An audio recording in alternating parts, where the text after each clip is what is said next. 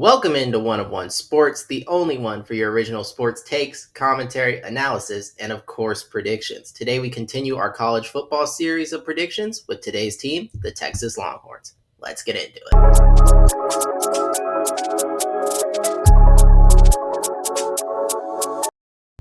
Before we get started with today's video, I have to ask you guys, if you're enjoying the college football content on the channel, make sure to leave a like and subscribe. We're trying to hit 200 subscribers before the start of the college football season, and I need your guys' help to get there. Now, without further ado, let's get started. So last season, the Texas Longhorns went 11-1 in the regular season, making the SEC title game before losing in a rematch of Georgia to end up 11-2, where the only two games they lost were both to the Bulldogs. They won their first two playoff games, beating Clemson and then beating ASU in double overtime before losing in the semifinals to the eventual national championship, Ohio State, to finish 13-3.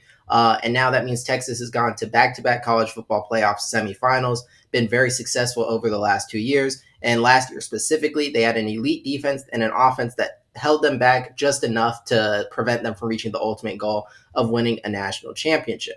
Now, what you lost from last year's team is a lot. You're going to be 14th out of 16th in the SEC in returning production. You lose your starting quarterback, Quinn Ewers. He got drafted to the NFL. You lose Jaden Blue, who is your second leading rusher. You lose your top three receivers, Matthew Golden and Isaiah Bond were both top picks. Then Gunnar Helmet, tight end, also in the NFL. You lose 4 O-linemen, including Kelvin Banks, first-round draft pick.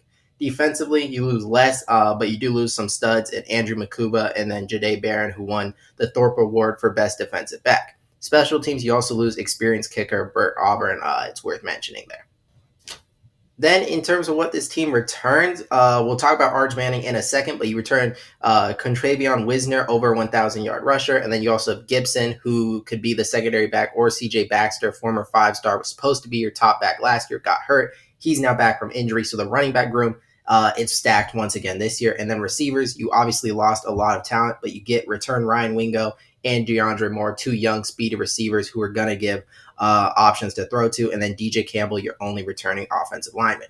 Arch Manning, he returns. He played sparingly last year, mostly in relief duty. Started a couple games like the Mississippi State game where they won 35-13.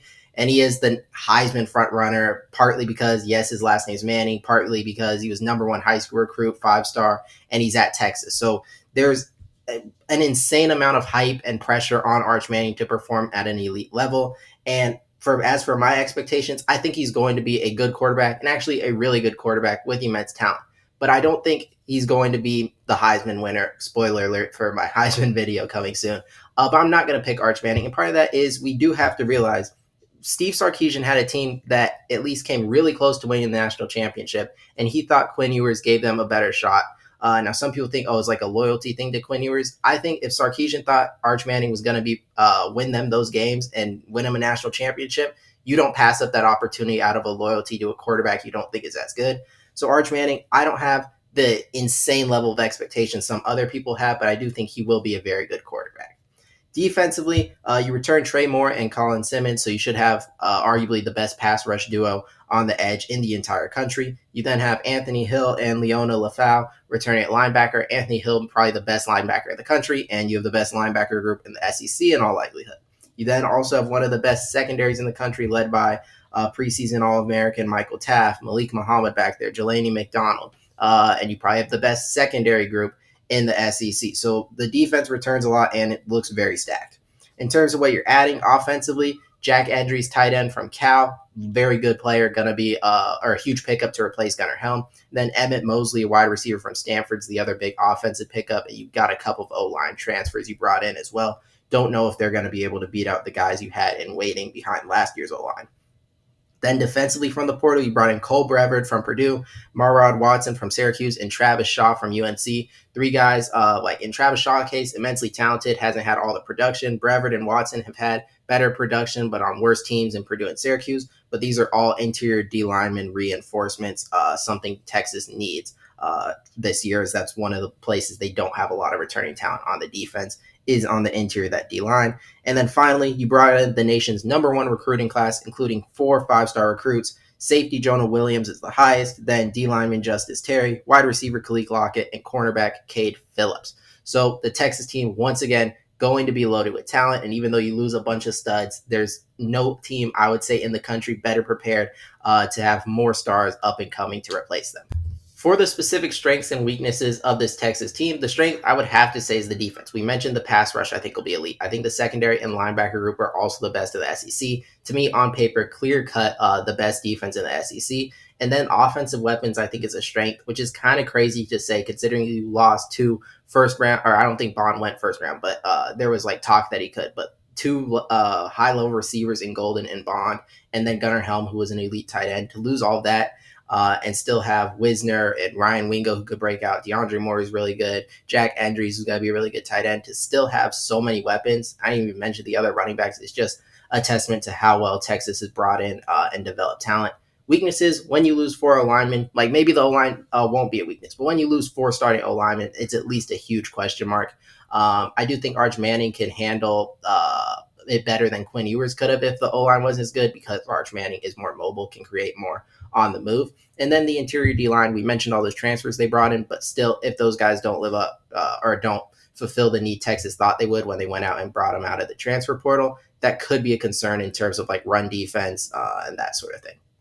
Getting into the game-by-game prediction, you start off with maybe the biggest non-conference game of the season in a rematch of last year's college football playoff semifinal. This time, you're going on the road to face the Buckeyes. Both you guys lose a lot from last year's teams. It's a very different matchup. New quarterbacks, ton of new talent across the board. And while Ohio State is at home here, I do like Texas to win this game. And the reasoning for that is I expect Arch Manning, having more experience than Julian Sayin, having another year just to be a backup. I expect him to be playing at a higher level in week one than Ohio State. And I also think Texas's defense week one is going to be an elite unit, or at least could be. Ohio State defense has too many question marks.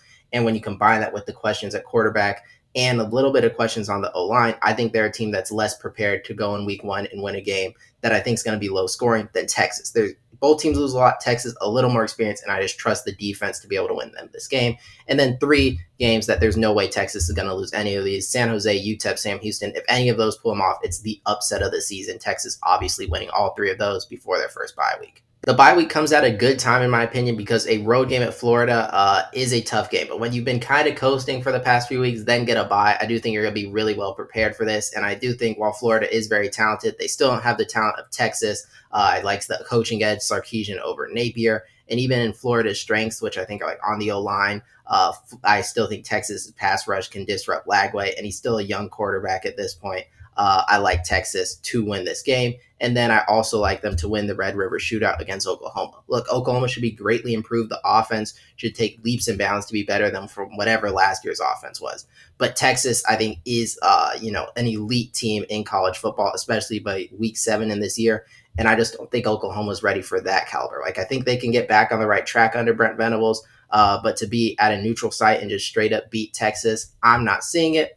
And then, again, this is a favorable schedule for Texas as you get a string of the easier SEC opponents. Like usually the SEC, you have back-to-back road games. That's going to be really tough. But you got maybe the two easiest teams in Kentucky and Mississippi State, neither of which have anything remotely close to the talent level needed to match up with Texas. You never say never, like there could be a crazy upset, but these would be shocking. And then at home against Vanderbilt, Pavia is very good. Eli Storer is very good. But come on, Texas is going to win this game. They're basically better at every position group, whatever you want to look at. They have better talent. It's not going to happen for the Commodores. Off the bye week, you face Georgia Bulldogs on the road in what could end up being the most pivotal game in the SEC, depending on the records of the other teams.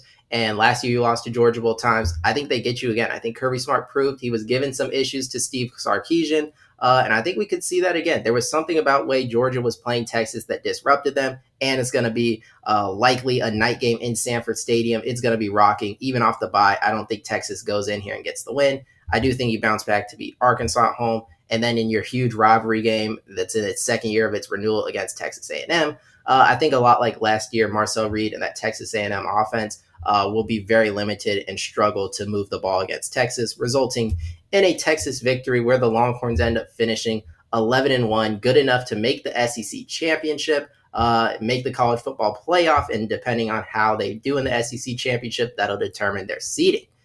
Like I said, if you guys enjoyed this video, make sure to leave a like, subscribe, check out my other college football content on the channel and the one that are up and coming. We're going to have a ton of it before the season starts. But that's all I have for today's video. Until next time.